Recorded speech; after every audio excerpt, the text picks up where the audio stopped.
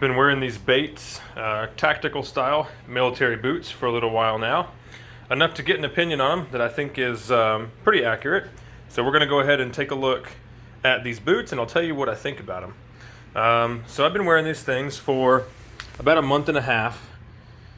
And there's a couple things that I like and a couple things that I don't like. I paid about $160 for these boots. They were on Amazon.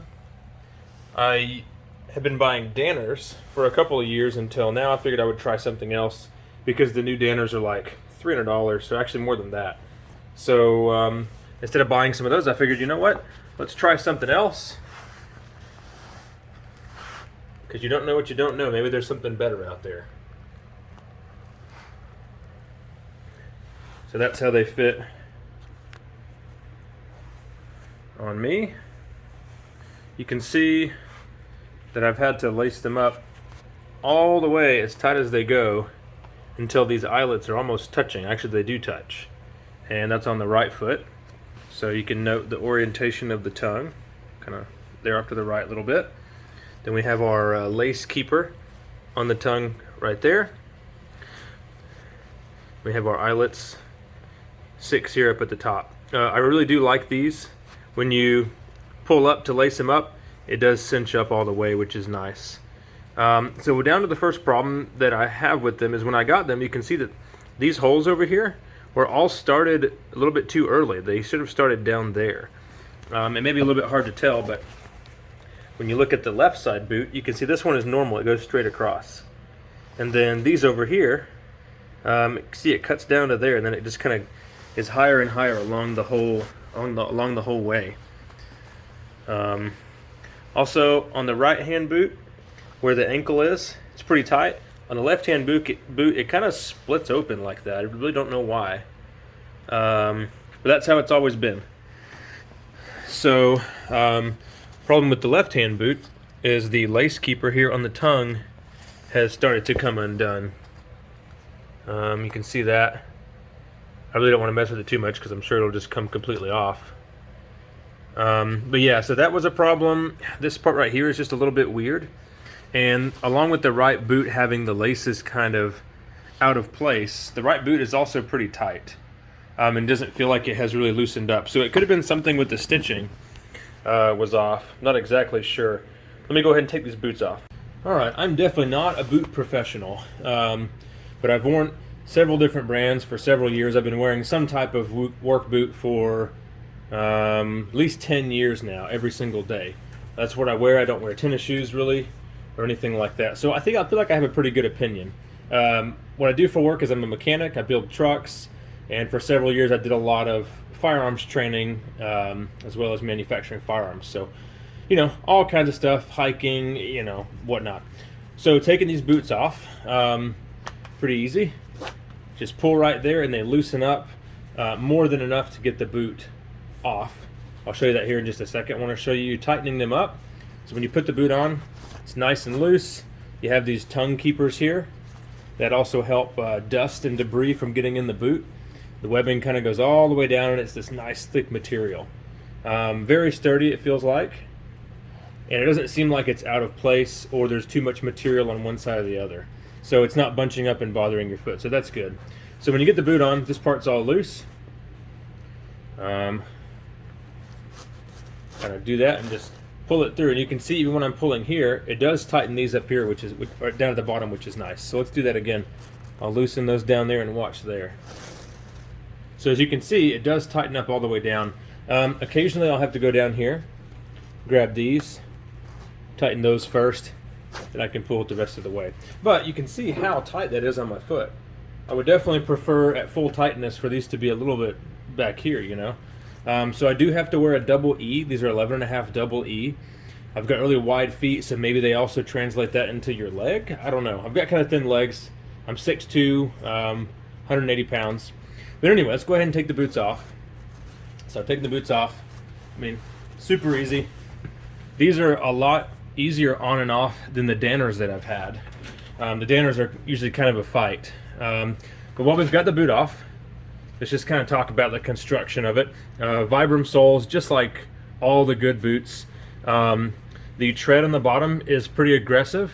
It's really, really great for hiking and stuff. It's nice and flexible, even though it's pretty thick. So you can see that's pretty thick there. These don't have any kind of hard soles or toes in them. I don't do full-time mechanic work anymore, so I don't need steel-toe boots or anything.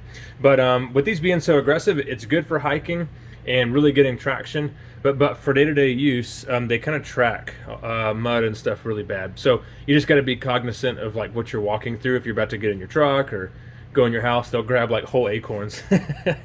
But anyway, let's see what else. They do keep your feet nice and dry.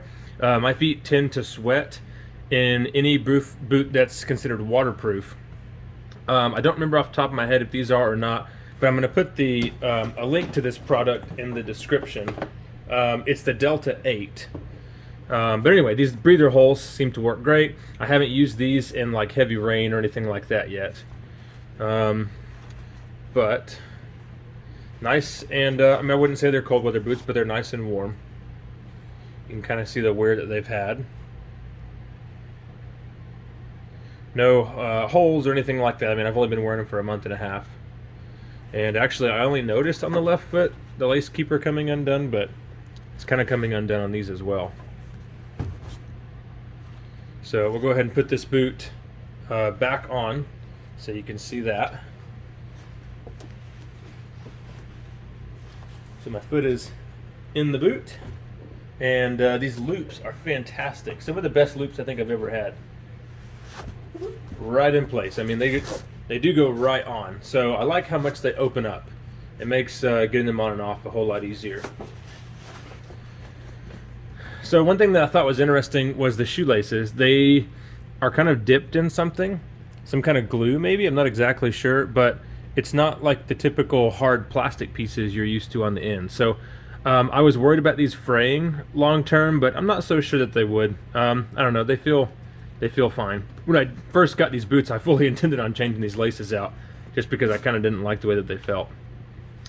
But so I'm gonna send these boots back after having them for a month and a half, and I'm gonna try some different boots that are also baits, and we're gonna see how those go. I didn't buy these like specifically for a review, but I figured I would go ahead and give my opinion on them. The main reason I'm sending them back is because they're already falling apart on the stitching on both of these. I mean, that's going to go in no time. And also the laces being off, and this boot never feeling like it fully broke in. So I think this boot was probably stitched improperly. I'm not fully ready to write off baits just yet. So that's why I'm going to go ahead and try a second pair. Okay, here's a good example. See how this is pooched out right here? I don't know what the reason for that is. I've tried lacing them like different ways, and I don't know. So I really just think that maybe I got a bad pair that didn't quite get stitched right. Also, this tongue is always off to the left pretty far no matter what. So there's the left side boot. Soles and everything are in good shape. But I'll put a link in the description to these boots if you think you want to give them a try. They're a good, affordable boot, I guess. You know, if you're looking for something a little bit cheaper than Danner's, and maybe like I said, I just got a bad batch. Let's go ahead and weigh these boots. 32.7 ounces.